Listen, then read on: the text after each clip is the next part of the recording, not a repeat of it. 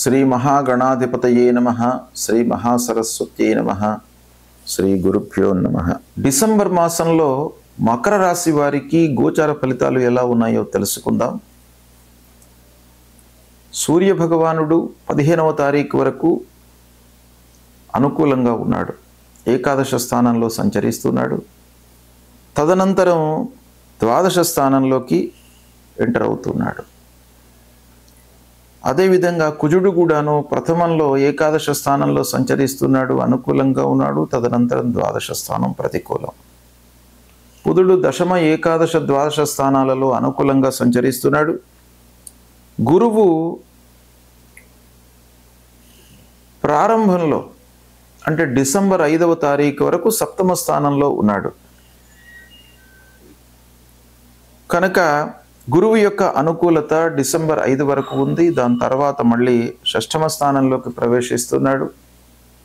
షష్టమ స్థానము దుస్థానం, గోచార రీత్యా ప్రతికూలమైనటువంటి ఫలితాలు ఉంటాయి.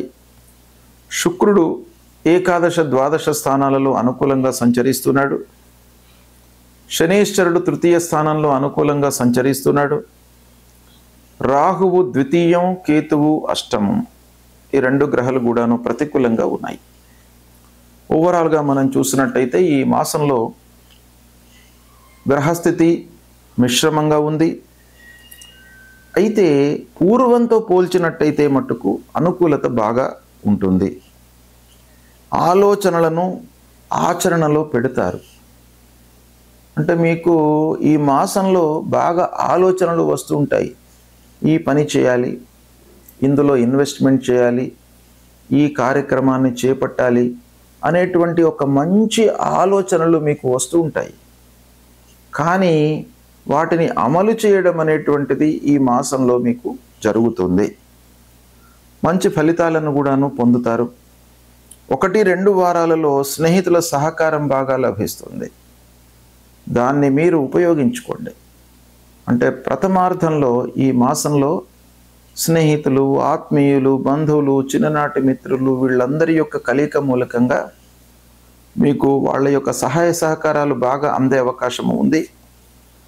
దాన్ని మీరు ఉపయోగించుకున్నట్టయితే సత్ఫలితాలను పొందుతారు. వాళ్ళ ద్వారా పనులు కూడాను బాగా నెరవేరుతాయి.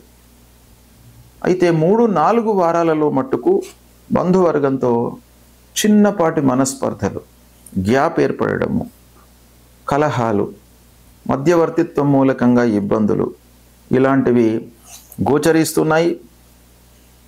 అయితే ఇలాంటి మనస్పర్ధలు ఉన్నప్పటికీ పనుల విషయంలో మట్టుకు ఆటంకాలు ఉండకుండా కొంత ముందుకు కొనసాగేటువంటి అవకాశాలే బాగా కనబడుతున్నాయి.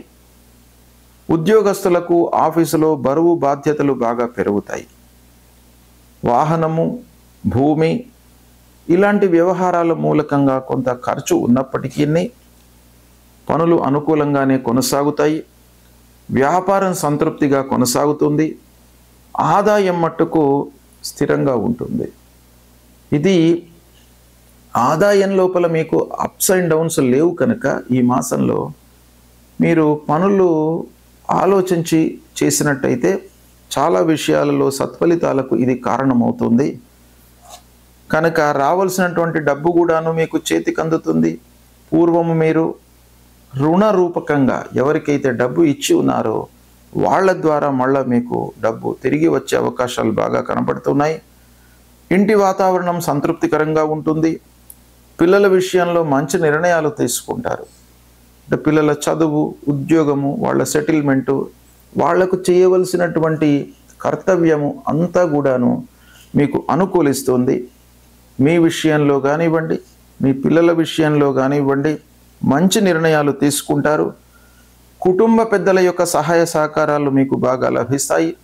అనుభవజ్ఞుల సూచనల మేరకు పిల్లలను మంచి సంస్థ లోపల మీరు చేర్పించేటువంటి అవకాశం కూడాను ప్రస్ఫుటంగా కనబడుతుంది. విద్యకు ఏమీ ఆటంకం లేదు. వివాహాది శుభకార్య ప్రయత్నాలు ఫలిస్తాయి. అందరి సహాయ సహకారం లభిస్తుంది. శ్రమకు తగిన ప్రతిఫలం ఈ మాసంలో కొంత కనబడుతుంది.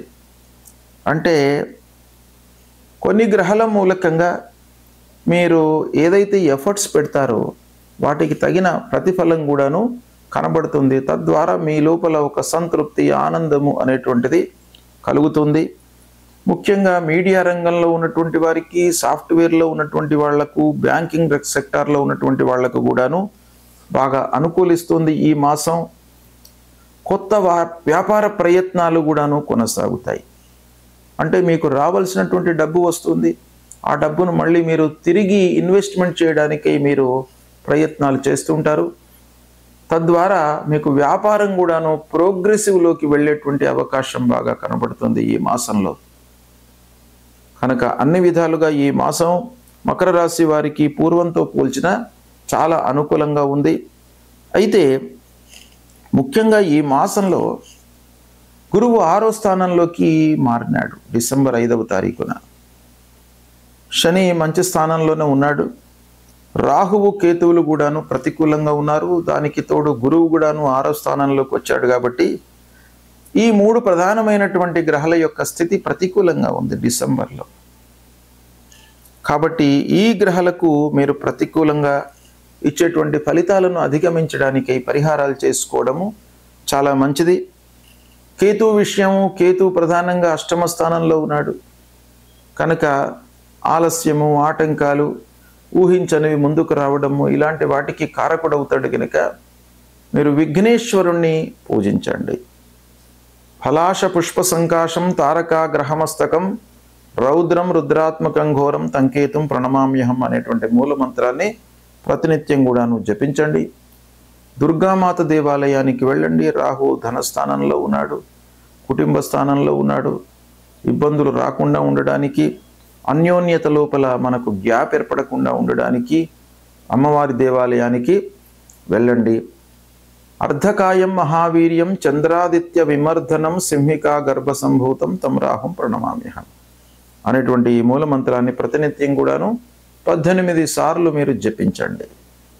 ఇక ప్రధానంగా గురువు 6వ స్థానంలోకి వచ్చాడు, మిథున రాశిలోకి ఎంటర్ అయ్యాడు. కాబట్టి గురు ప్రీత్యర్థమై పరిహారం తప్పకుండా చేసుకోండి. దత్తాత్రేయ స్వామిని కొలవండి. దక్షిణామూర్తి స్తోత్ర పారాయణం చేయండి. దేవగురువు బృహస్పతి చాలా విషయాలపై ఈ గురువు యొక్క సంచారం ప్రభావాన్ని చూపిస్తుంది. కనుక మూలమంత్రాన్ని ప్రతినిత్యం కూడాను పఠించండి. పెద్దలను సేవించండి. సద్భావనతో ఉండండి. అందరికీ కూడాను మీరు సహాయ సహకారము, ఉపకారము చేయాలి అనేటువంటి ఒక మనస్తత్వంతో ఉన్నట్టయితే ఆ గురువు యొక్క అనుకూలత మీకు చాలా లభిస్తుంది. తల్లిదండ్రులను సేవించండి. ఇవి చేపట్టినట్టయితే మీకు చాలా కలిసి వస్తుంది డిసెంబర్ మాసంలో. ముఖ్యంగా శని, బుధుడు, శుక్రుడు ఈ గ్రహాలు అనుకూలంగా ఉన్నారు. కాబట్టి తాత్కాలికంగా మీకు ఈ మకర రాశి వారికి డిసెంబర్ మాసంలో అనుకూల ఫలితాలు కొన్ని విషయాలలో ఉన్నాయి. కానీ ఆటంకాలు, కాలయాపన కాకుండా నేను చెప్పినటువంటి పరిహారాలను చేసుకోండి. శుభం.